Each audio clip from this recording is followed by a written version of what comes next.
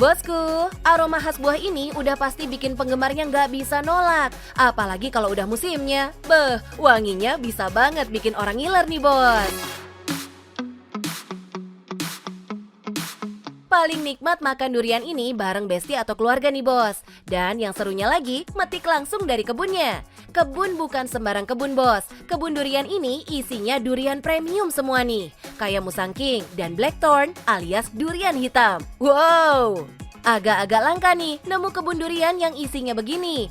Tapi tenang, bos, di Soreang Bandung ada nih yang sukses budidaya durian ini padahal baru 5 tahun nih, bos. Wih, bikin kepo nih penampakan kebun duriannya. Kuy bos. Halo bos, selamat datang di kebun durian Musang King terbesar di Soreang, Bandung Selatan. Dengan tanah yang luasnya 5 hektar, yang struktur tanahnya miring. Penasaran? Tetap di Cuan Bos!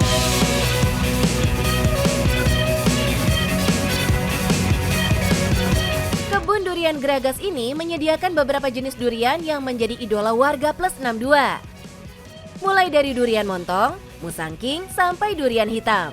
Tapi yang paling banyak dicari, si Musang King dan durian hitam ini, bos. Butuh ekstra tenaga untuk bisa nyicipin lezatnya durian di sini, bos. Karena pohon durian di sini ditanam di lahan yang memiliki kemiringan 70 derajat. Semangat dan stamina kudu membara nih. Nah, dari awal kan kita cari lokasi kan memang dari awalnya itu harus tanahnya rada miring, terus harus ke arah Soreang kayak gini, terus harus hadap timur.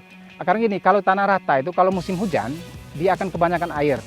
Air akan bergenang. Nah, kalau tanah miring itu kan dia musim hujan, airnya itu kan hilang gitu ya. Wah, bisa banget jadi inspirasi para bos yang punya lahan miring. Bisa kali mencontoh Pak Willy dan Mas Parjo yang berhasil menanam durian di lahan miring. Daripada bingung mau dimanfaatkan buat apa. Itu harus dibikin semacam terasering kalau zaman dulu ya. Dipapas dulu, habis itu ditanam. Nah, bibitnya itu ya 60 cm gitu, itu yang kecilnya gitu. Nah, itu dibikin lubang seperti biasa aja, terus naruh pupuk, terus tanam.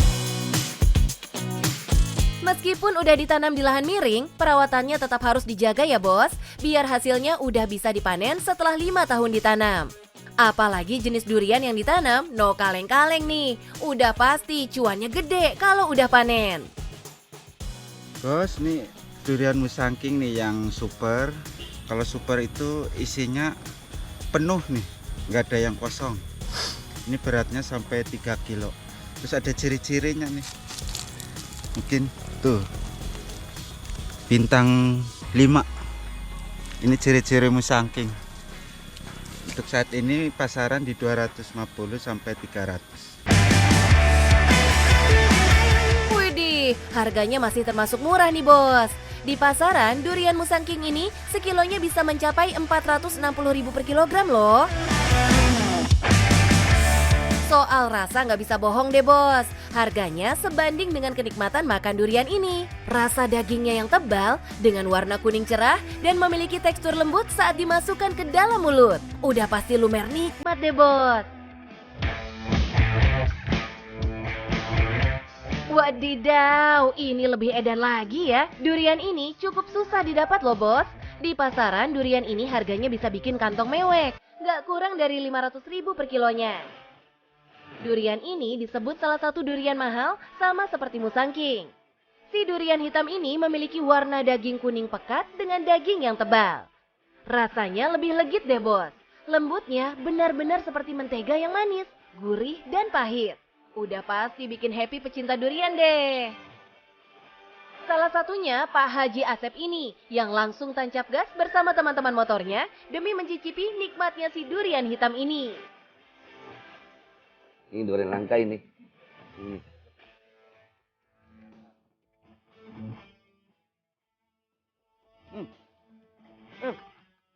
Mantul, bulan pisan. Kata orang Sunda, bulan pisan. Oh iya, bos, rata-rata durian hasil dari kebun ini adalah durian jatuhan. Jarang yang dipetik langsung, kecuali pesanan. Durian jatuhan ini biasanya sudah matang di pohon dan tidak lagi melalui proses peram ya, bos. aroma durian jatuh juga lebih kuat dan memiliki rasa yang lebih legit di mulut. Kira-kira berapa ya omset sekali panen kebun durian ini? Let's say dalam sekali panen ada sekitar 200 buah yang siap jual dengan harga per buahnya sekitar Rp300.000. Maka dalam sekali panen sekitar 60 juta rupiah, bos. Wow! Puluhan juta auto masuk kantong deh, bos. Cuan deh. Kedepannya mereka pengen jadiin kebunnya ini sebagai destinasi wisata kebun durian nih, bos. Menyajikan di sini cocok karena pemandangannya itu dikelilingi sama semi hutan, sama sawah juga. Terus di sini daerahnya nggak terlalu panas juga, nggak dingin juga. Gak berhenti sampai di sini, mereka juga sedang mempersiapkan membuka kedai durian. Di mana pengunjung gak perlu repot-repot ke kebun, tinggal pilih dan makan di tempat.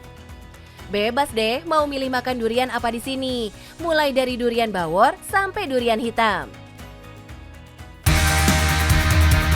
Biar orang makin tertarik mampir ke sini, kedainya ini bersinergi dengan kedai jualan bakso loh.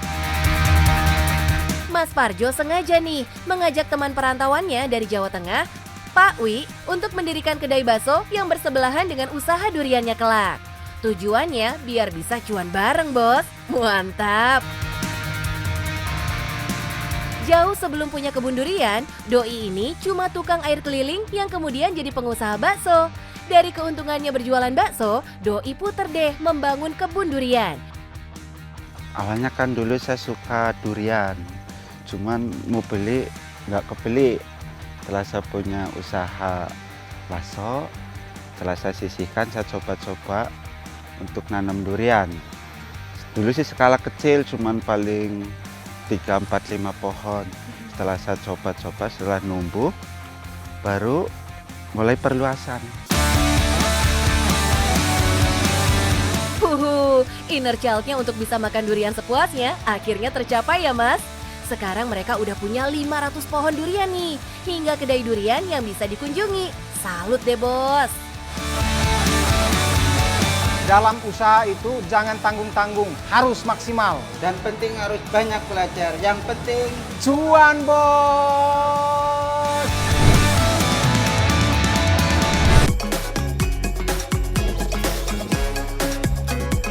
Bosku, aroma khas buah ini udah pasti bikin penggemarnya nggak bisa nolak. Apalagi kalau udah musimnya. Beh, wanginya bisa banget bikin orang ngiler nih, bos. Paling nikmat makan durian ini bareng besti atau keluarga nih, bos. Dan yang serunya lagi, metik langsung dari kebunnya. Kebun bukan sembarang kebun, bos. Kebun durian ini isinya durian premium semua nih. Kayak Musang King dan Blackthorn alias durian hitam. Wow! Agak-agak langka nih nemu kebun durian yang isinya begini. Tapi tenang, bos, di Soreang Bandung ada nih yang sukses budidaya durian ini padahal baru 5 tahun nih, bos. Wih, bikin kepo nih penampakan kebun duriannya. Kuy bos. Halo bos, selamat datang di kebun durian Musang King terbesar di Soreang, Bandung Selatan. dengan tanah yang luasnya 5 hektar, yang struktur tanahnya miring. Penasaran? Tetap di Cuan Bos!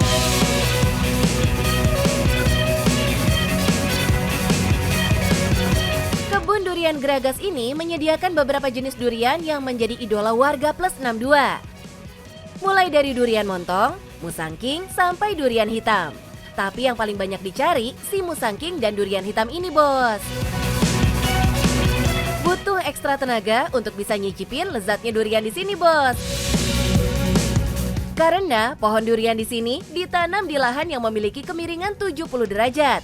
Semangat dan stamina kudu membara nih. Nah, dari awal kan kita cari lokasi kan memang dari awalnya itu harus tanahnya rada miring, terus harus ke arah Soreang kayak gini, terus harus hadap timur. Karena gini, kalau tanah rata itu kalau musim hujan, dia akan kebanyakan air. Nah, air akan bergenang. Nah, kalau tanah miring itu kan dia musim hujan, airnya itu kan hilang gitu ya. Wah, bisa banget jadi inspirasi para bos yang punya lahan miring. Bisa kali mencontoh Pak Willy dan Mas Parjo yang berhasil menanam durian di lahan miring. Daripada bingung mau dimanfaatkan buat apa. Itu itu harus dibikin semacam terasering kalau zaman dulu ya, dipapas dulu, habis itu ditanam.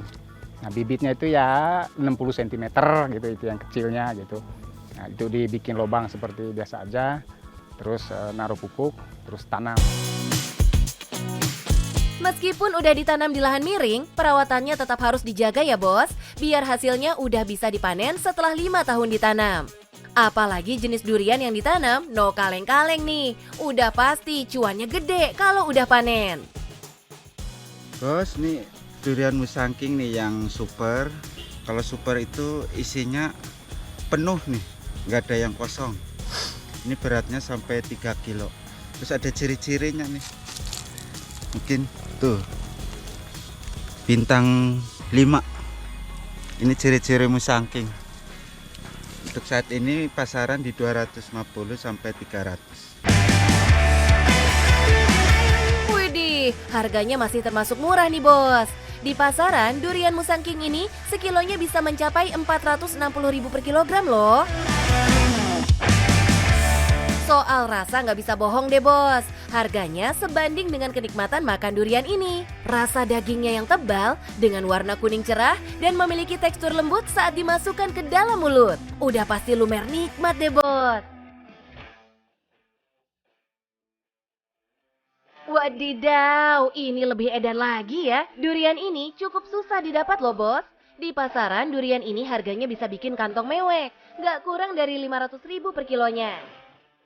Durian ini disebut salah satu durian mahal sama seperti Musangking. Si durian hitam ini memiliki warna daging kuning pekat dengan daging yang tebal. Rasanya lebih legit deh bos. Lembutnya benar-benar seperti mentega yang manis, gurih dan pahit. Udah pasti bikin happy pecinta durian deh. Salah satunya Pak Haji Asep ini yang langsung tancap gas bersama teman-teman motornya demi mencicipi nikmatnya si durian hitam ini. Ini durian langka ini.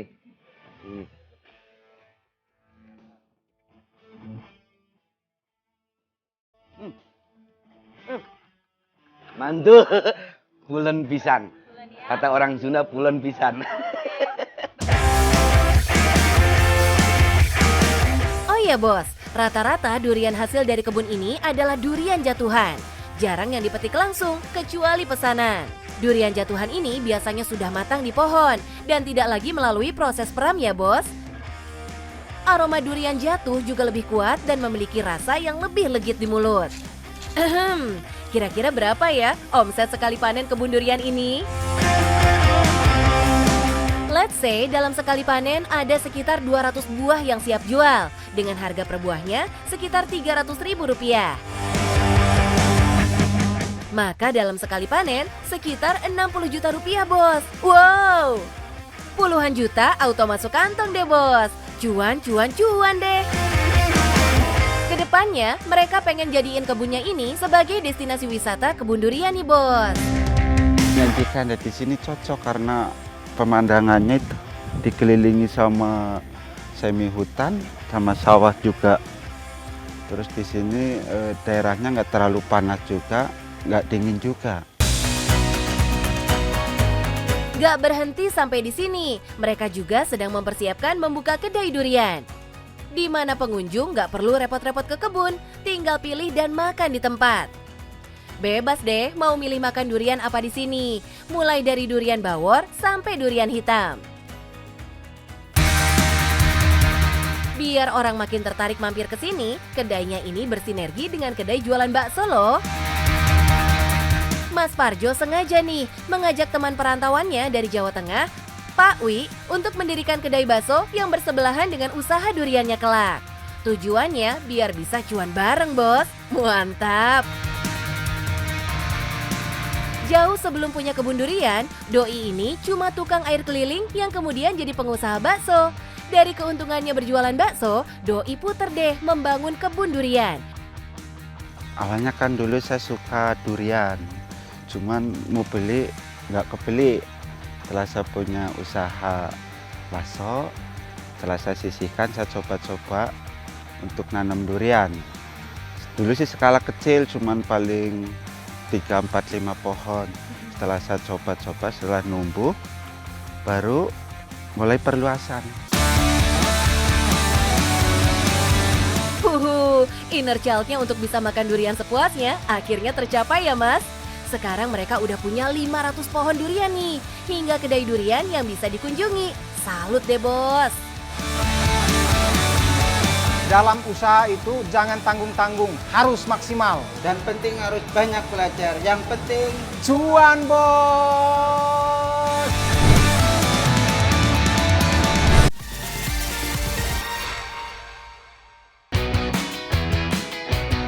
Bos, ada apaan nih? Masih pagi udah rame banget antriannya.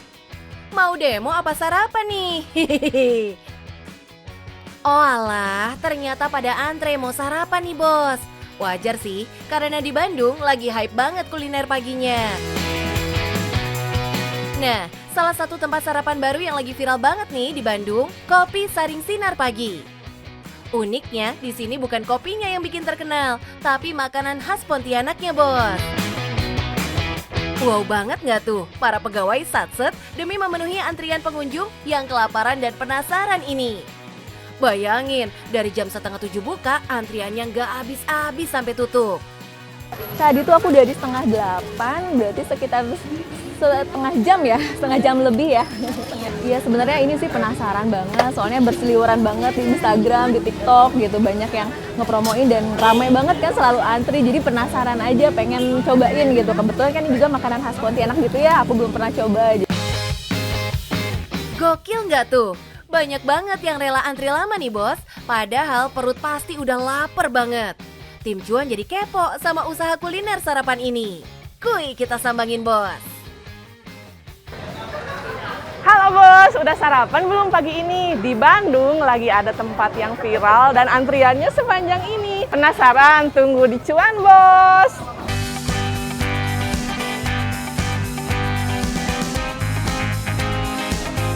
Nah bos, hampir semua makanan favorit di sini baru digoreng setelah ada pesanan. Istilahnya sih digoreng dadakan. Contohnya si pisang goreng Srikaya ini. Pisang ini jadi favorit karena teksturnya yang crispy dengan rasa manis yang pas, perpaduan pisang dengan saus Srikayanya. Dan gokilnya cukup dengan uang 10.000 kita udah bisa sarapan pisang ini. Nama pisang yang kita gunakan tuh pisang kepok Saba ya kalau tidak salah, dan itu tuh pisang kepoknya memang kita gunakan karena dia teksturnya agak crunchy dan gak cepet lembek. Nah itu tuh cocok juga, ukurannya besar jadi cocok untuk porsi sarapan lah, jadi pas banget untuk sarapan. Menu sarapan pisang ini paling cepat habisnya bos, karena bahan bakunya langka, jadi kudu gercep. Dalam sehari bisa ludes 11 tandan pisang loh. Selain si pisang Pontianak, ada juga roti Srikaya yang bisa dicoba. Soal rasa, nggak kalah endu ini bos. Srikaya yang dipakai hasil racikan sendiri bos. Tapi sayang, resep pembuatannya dikunci rapat-rapat nih. Soalnya ini nih yang jadi penglaris usahanya. Beda rasanya dan enak, pokoknya gurih banget gitu rasanya. Oke deh, lanjut kita masuk ke menu khas lainnya. Yang pada suka rasa gurih, banyak yang pesan bakwan Pontianak nih. Emang bedanya apa ya? Oke, halo bos, sekarang kita lagi bikin bakwan Pontianak. Ini adalah makanan khas Pontianak yang dibuatnya selalu fresh dadakan dan masih panas-panas. Ini semua adonannya di sini kita buat dadakan. Ini menggunakan bahannya itu ada kucai dan juga ebi. Paling enak dong sarapan makannya yang masih anget-anget kayak gini. Ini sebenarnya madepnya gini, apa mau? Oh, ini bedanya toh. Sekilas penampakannya mirip ote-ote ya bos, tapi isinya cuma ebi dan kucai. Pantes aja rasanya gurih.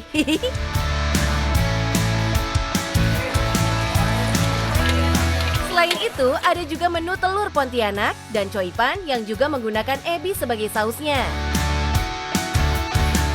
Rata-rata orang Pontianak itu lebih suka yang cenderung asin dan gurih gitu, tapi yang kita bawa ke Bandung ini tidak full rasanya sama seperti di sana karena kita sesuaikan juga dengan lidah orang Bandung. Takutnya orang Bandung tidak suka yang terlalu gurih, jadi kita sesuaikan kembali, riset kembali agar dapat diterima oleh lidah orang Bandung.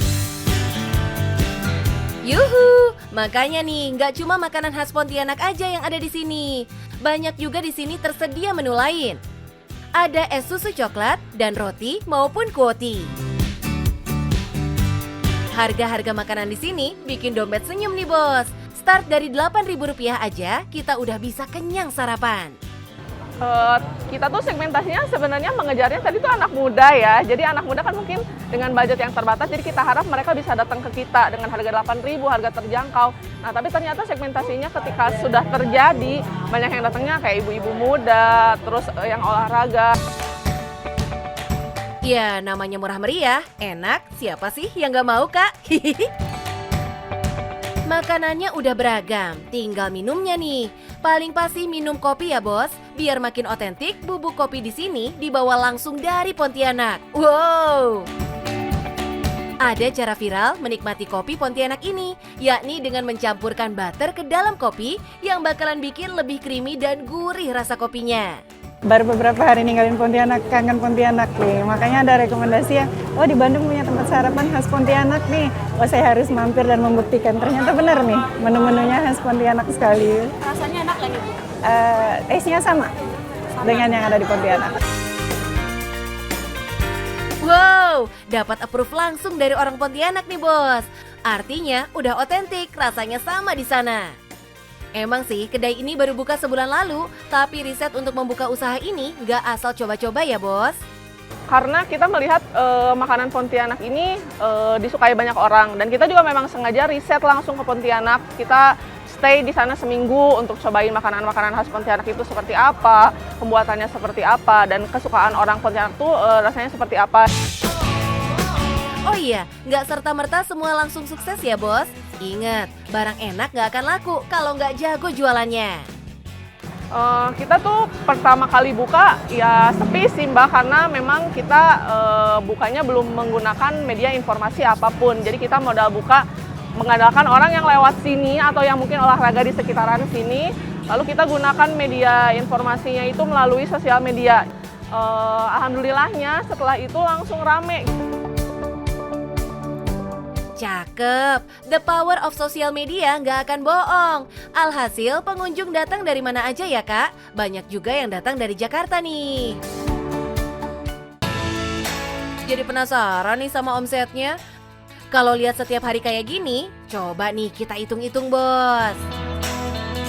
Ada sekitar 150 orang yang datang kemari. Kalau rata-rata nih, beli di angka Rp10.000 aja, Bos, maka sehari omsetnya Rp1,5 juta. Kalau sebulan, kurang lebih dapat Rp45 juta. Wadidaw! Cuan puluhan juta setiap bulannya. Nggak sia-sia hasil risetan ke pasar langsung ya, Kak?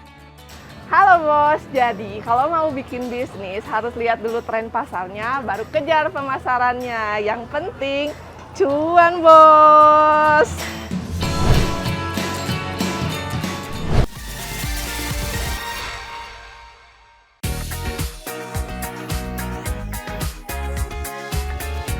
Wah, ada apa ini, Bos? Antriannya kok sampai panjang banget? Bisa-bisa bikin macet PIM 3 nih. Gara-gara antrian ini. Patut kita selidiki nih, Bos. Alah, ternyata ini loh penyebabnya. Antrian pembeli si Cookie Bomb yang lagi viral di jagat maya. Saking viralnya, sampai muncul para just tipper. Wadaw! Gimana nggak ludes nih stok di toko kalau fans beratnya pada ganas-ganas begini? Jadi gemes nih, pengen kenalan langsung sama ownernya yang sukses bikin bisnis ini makin banyak cabangnya. Bos, mau tahu gimana caranya saya ngembangin bisnis kuliner yang viral kayak gini? Saksikan terus ya di Cuan Bos.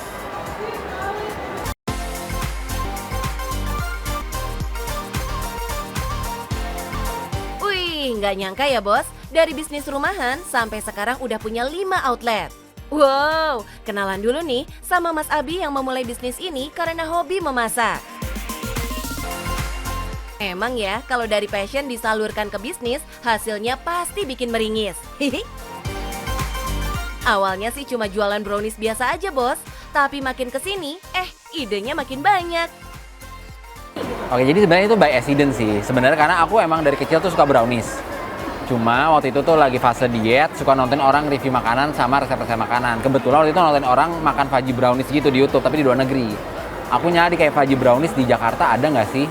Ternyata waktu itu kita cari-cari online 2018 tuh belum ada. Kita cobalah buat sendiri. Dari resep dari YouTube, coba buat. gagal, tapi ternyata enak. Akhirnya udah kita coba buat lagi, tapi dengan resep yang kita adjust, tahu-tahu berhasil.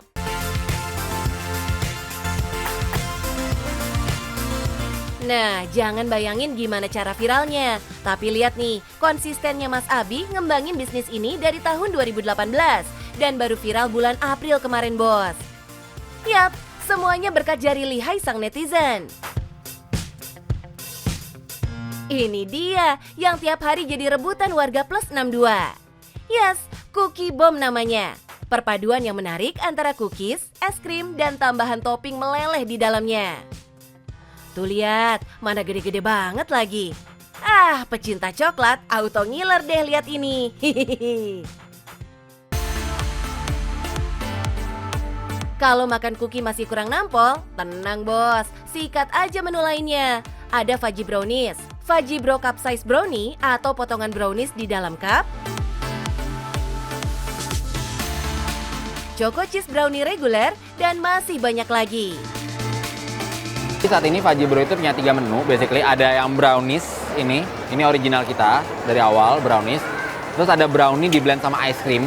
Terus yang lagi happening banget yang Cookie Bomb ini ada yang red velvet, sama ada yang coklat.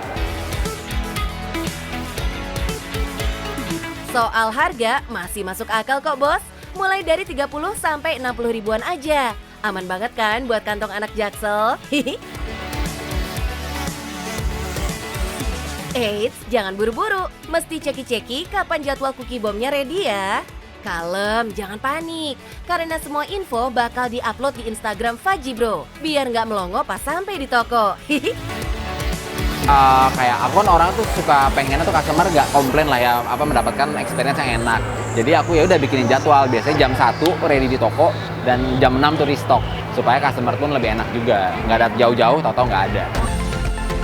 Jadi penasaran nih, seheboh apa sih kondisi dapurnya?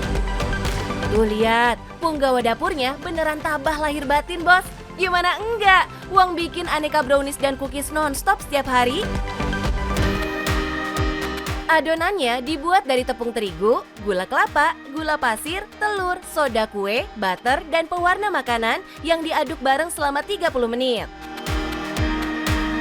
Terus, diamin dulu deh di lemari pendingin sampai ngembang.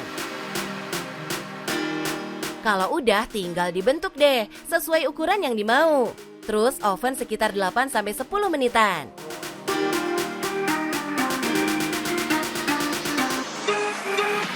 FYI nih bos, gara-gara mendadak viral, Fudgy Bro bisa memproduksi 400 cookie untuk masing-masing cabang di Jakarta dan Surabaya bos. Widih, kalau begini ceritanya sih, jadi makin kepo sama omset kasar yang dikantongin Mas Abi. Sekarang tuh kita range-nya 10-20 lah mbak. Anggap aja rata-rata per hari, Mas Abi bisa ngantongin 20 juta. Kalau dikumpulin sebulan, wadaw, lebih dari setengah M bos, masuk kantong bos. Gimana? Gurih banget kan cuannya? Hihi. Tapi satu hal yang gak kalah penting dalam berbisnis adalah marketing dan promo ya bos, biar jualannya makin ngebut. Gak cuma ngandelin penjualan di outletnya, tapi Mas Abi juga rajin ngeboyong produknya buat collab bareng event publik bos. Bahkan sampai collab bareng coffee shop ternama di Jakarta. Wih, seru. Namanya juga bisnis, semuanya kudu dijajal ya bos. Meski di perjalanan gak selalu mulus. Ada aja yang bikin Mas Abi dan tim pusing 7 keliling. Jadi struggle-nya terbesar di bisnis F&B itu ya itu sih, tren tuh naik turun banget dan cepat berganti. Kalau dari Fudgy Bro sendiri sebelum ada Cookie Bomb, kita strugglingnya itu memang nge-evaluasi nih, kayak maksudnya mencari tahu market nih, kita udah punya brownies enak, punya produk tuh enak, tapi kok penjualannya gini-gini aja. Kita karena basicnya kuat di online, pas Covid itu malah naik banget. Nah cuma pas Covid itu reda dan PPKM udah nggak ada lagi, udah aktivitas keluar lagi, kita tuh sepi banget. Maksudnya ya turun banget lah. Akhirnya makanya kita beraniin buka di mall dan ternyata cukup oke. Tuh bos, dengar sendiri kan? Pantang menyerah dan konsisten menjadi kunci keberhasilannya. Dari situ, baru deh cuan mengalir deras. Hihi. Nah bos, tertarik nggak punya bisnis kayak gini? Nah cuma memang bisnis makanan tuh pasti ada naik turunnya. Aku paling akan berbagi tips gimana caranya supaya bisnis makanan kamu bisa lebih rame. Yang pertama, akses dulu nih target market kamu, apa behaviornya, mereka suka pergi kemana. Terus yang kedua yang gak kalah penting adalah kita nyajiin makanan yang punya unique experience offering. Dimana tuh makanannya tersebut kita nggak perlu banyak bikin konten atau apa, tapi customer juga yang bikin konten sendiri. Dan yang terakhir tipsnya adalah cuan bos.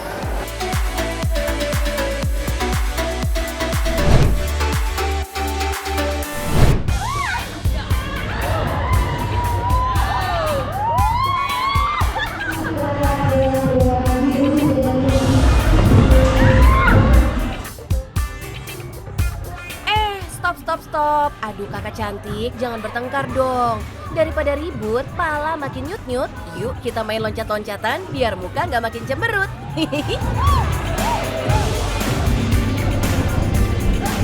Yes, trampolin park pertama di Indonesia ini nggak pernah sepi pengunjung, bos. Bayangin aja, ada ratusan orang yang datang tiap hari ke sini. Mantap!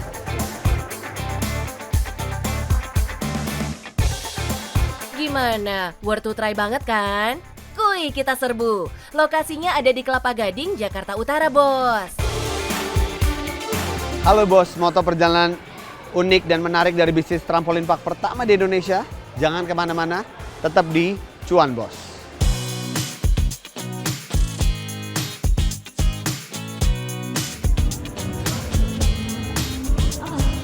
Yes, tempat ini emang udah jalan sejak tahun 2015, bos. Wih, 8 tahun sukses mengundang ribuan orang buat lompat-lompatan sehat bareng keluarga. Jadi, ibu bapaknya bisa lebih klop nih sama buah hatinya. Hihihi. Oh iya pak, emang keidean dari mana sih punya bisnis seru kayak gini? Ketika itu, saya dan adik saya menemukan ide ini lewat Instagram. Kita melihat bisnis serupa itu sukses dan berkembang di Amerika Serikat. Jadi kita lihat bahwa Indonesia pada saat itu masih didominasi bisnis yang lebih sifatnya elektronik. Jadi tidak ada wahana atau tempat bermain yang mana orang tua dan anak itu bisa lebih mempererat hubungan. Wah, gercep banget ya bos pergerakannya. Di lahan 2,5 hektar persegi ini, ada 14 arena trampolin dan puluhan game seru lainnya yang bisa dijajal oleh pengunjung. Dan ini dia, 3 jenis wahana yang jadi primadona oleh pengunjung. Pertama, ada arena trampolin, yang sekali lompat sensasinya bakal melekat. Ini nih yang bikin badan kita makin sehat. Apalagi loncat-loncatan begini setara dengan kita bakar kalori, bikin jadi mandi keringat. For your info nih bos, jam-jam begini selama 10 menit setara dengan lari 30 menit loh.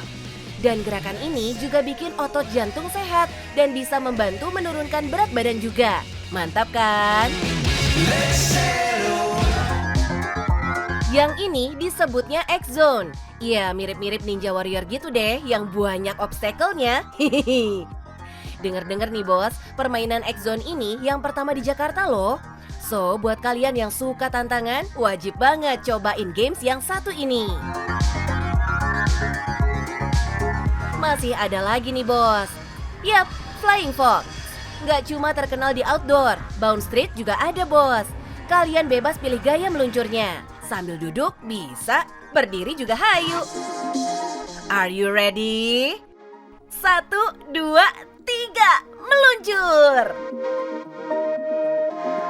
Seru banget kan? Masih ragu soal safety-nya? Bos, safety di sini nggak usah diragukan lagi. Semua arena trampolin dibikin sesuai standar Olimpik atau standar atletik. Jadi secara kualitas no kaleng-kaleng. Pengecekannya juga nggak kalah penting nih bos. Harus bin wajib dicek setiap hari demi menjaga keamanan pengunjung yang datang ke sini. Kalau kita bilang maintenance dari segi spring itu dilakukan tiap hari. Sebelum kita mulai, kita akan cek semua spring kita. Dan kita pastikan spring itu tetap terjaga atau terawat. Untuk pembersihan sendiri kita lakukan dalam sebulan 1 kali. Itu pembersihan secara menyeluruh, general cleaning. Termasuk foam cubes, termasuk di arena. Dan padding itu kita bersihkan setiap hari. Tuh, aman ya kalau mau loncat-loncatan di sini. Sebenarnya masih banyak yang bisa dijajal bos. Ada basketball count, spider tower, airbag,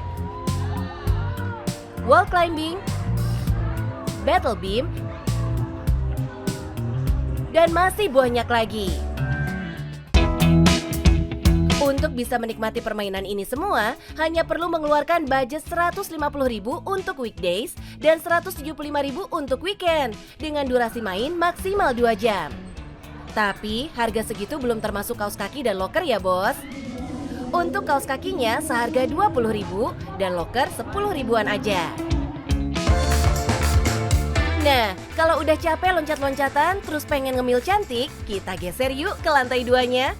Ada cafe yang vibes-nya fancy abis. Di sini tuh semuanya serba healthy food, bos. Nyehatin iya, tapi juga ngenyangin. Soal harga, don't worry, bos. Mulai dari 40.000-an aja kok. Kalau lihat ambience-nya seheboh ini, jadi makin kepo deh. Kira-kira berapa ya omset kasar yang dikantongin Pak Narich? Berapa sih rata-rata pengunjung harian? Itu berkisar di antara mungkin 150 sampai 200 orang. Let's say dalam sehari ada 200 orang yang datang dengan tiket seharga Rp150.000. Maka perkiraan omsetnya sekitar 30 juta per harinya, bos. Kalau sebulan, hampir 1 M, bos. Edan gak tuh? Tapi nih bos, sebelum bisa serame ini, trampolin park ini pernah kok dihadapin tantangan. Pada saat kita mendirikan Bounce Street, kita tuh memang keluar dari pekerjaan dan kita mencari investor. Dan itu untuk meyakinkan nggak mudah. Kita untuk mencari investor perlu waktu 9 bulan. Jadi 9 bulan dari kita keluar kerjaan sampai kita cari investor, benar-benar kita hanya hidup dengan dana yang kita punya. Dan termasuk juga untuk mencari tempat usaha, membuat bisnis plan, mencari supplier, meyakinkan orang, mencari investor yang tertarik. Itu jadi tantangannya. Duh, syukurlah semuanya bisa teratasi dengan baik ya Pak. Emang kalau niatnya pol-polan, ada aja solusi yang datang buat ngadepin setiap masalah. Namanya juga usaha ya bos, lika-likunya udah pasti ada.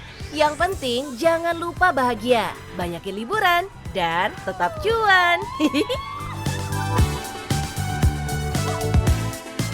Nah bos, yang namanya bisnis pasti ada up and down-nya. Pasti ada susah dan senangnya. Yang paling penting adalah yang pertama, jangan nyerah. Yang kedua, fokus dan terus inovasi. Nanti pasti cuan bos.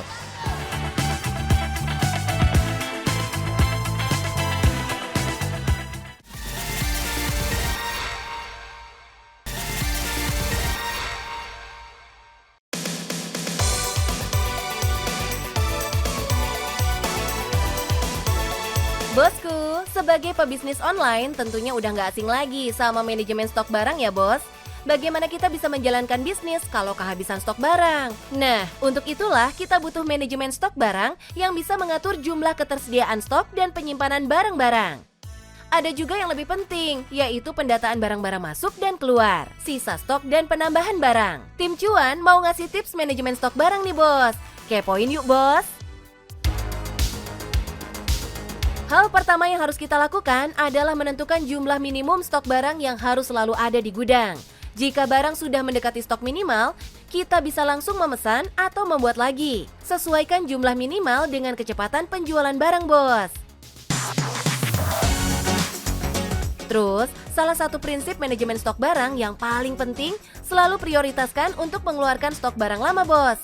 Bila kita menjual barang yang tidak dapat disimpan dalam waktu lama, sebaiknya menerapkan prinsip ini tidak akan mengurangi resiko kerugian ya, bos. Terakhir bos, untuk manajemen stok barang yang tepat dan terpercaya, kita akan membutuhkan data yang akurat.